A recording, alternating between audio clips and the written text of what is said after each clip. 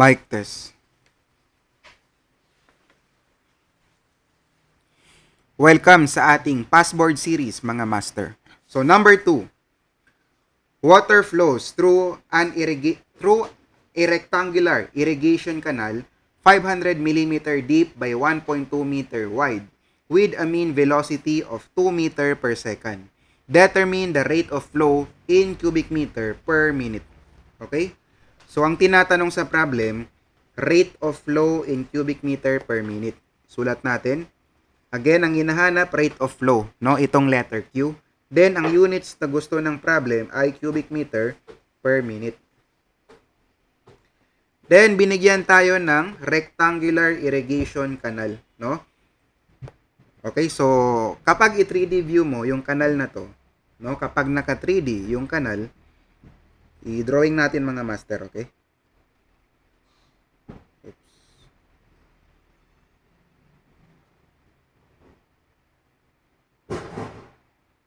So, ganito yung itsura ng kanal kapag naka 3D.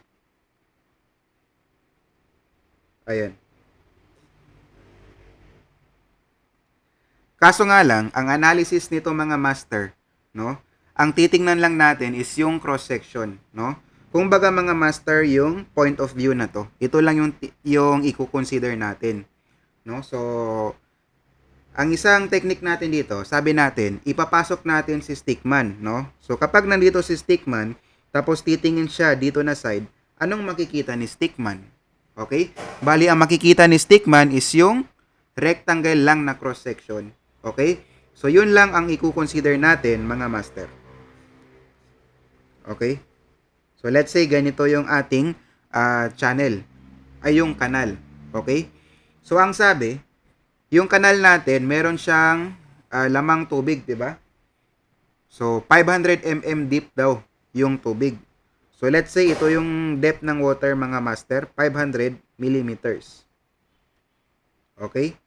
Next, by 1.2 meter wide, no? So, yung haba daw ng base nung kanal ay 1.2 meter. So, ito naman yung nasa baba, mga master. Ito yung 1.2 meter. Okay? Next, para, wait lang. Check nyo nga yung units na gusto ng problem. Dapat naka-cubic meter, no? Naka-meter yung ginagamit. Ibig sabihin, mga master, dapat yung mga units na yung mga units natin ay meter, no? So ibig sabihin, kailangan nating mag-convert, no? Itong millimeters dapat i-convert mo papunta sa meter. Okay? So mag-convert tayo. Again, yung mm gusto mong ma-cancel. And yung mm nasa numerator, di ba? So, para ma-cancel yan, maglalagay tayo ng mm dito sa baba. Okay? And yung mm gusto nating palitan ng meter. So, maglalagay tayo ng meter doon sa taas. Okay?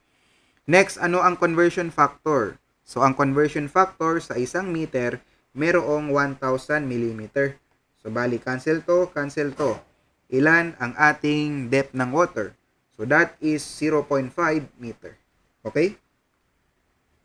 Next, sa ating problem, no, binigyan din tayo ng mean velocity.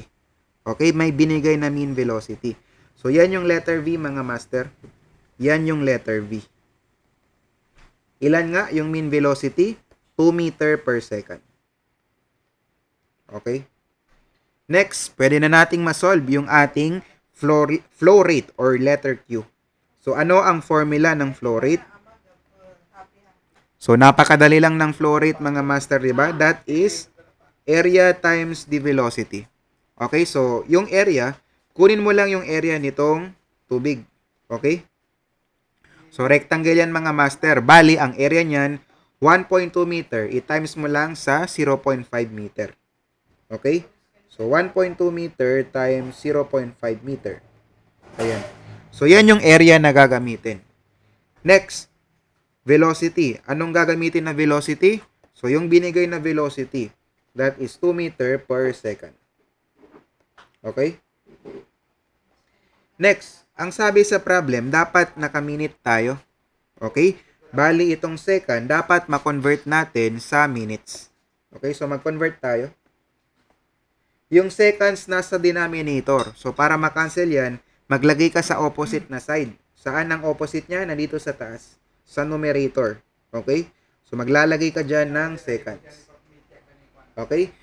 So, again, from seconds, gusto mong gawing minute. So, maglalagay ka ng minute dito sa denominator.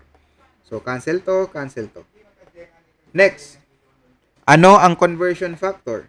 No? So, ang conversion factor, sa isang minuto, merong 60 seconds. Okay? So, pakisolve nga mga master. Pakisolve. Ilan ang ating flow rate? No, pakisolve. Ilan ang flow rate natin mga master? So, ang flow rate natin, that is 72. No, 72. So, ano ang resulting units mga master? Check nga natin. So, meron tayong 3 meter na nasa numerator. Bali, kapag ipag-times mo yung tatlo, kumbaga, meron yan silang exponent na 1. Ganyan. M1, M, ganyan. Kapag, ganito. Di ba kapag yung units nakasulat lang na M, ganyan. Ang ibig sabihin yan, mga master, yung letter M na yan, meron yan siyang power na 1. Okay? So, bali, kapag ipag-multiply mo yung tatlong ito, ang mangyayari, yung exponents nila na 1, ipag-add mo lang yun. Okay? So, bali, meron kang tatlong 1. Ilan yun? No, 1 plus 1 plus 1. Ilan? So, 3. No? So, kaya ang resulting units, mga master, is M raised to 3. Okay? Ayan. All over minute. So, ito rin yung hinahanap sa ating problem, di ba? Naka-cubic meter per minute daw. So, ibig sabihin, ito ang ating sagot, mga master. Okay?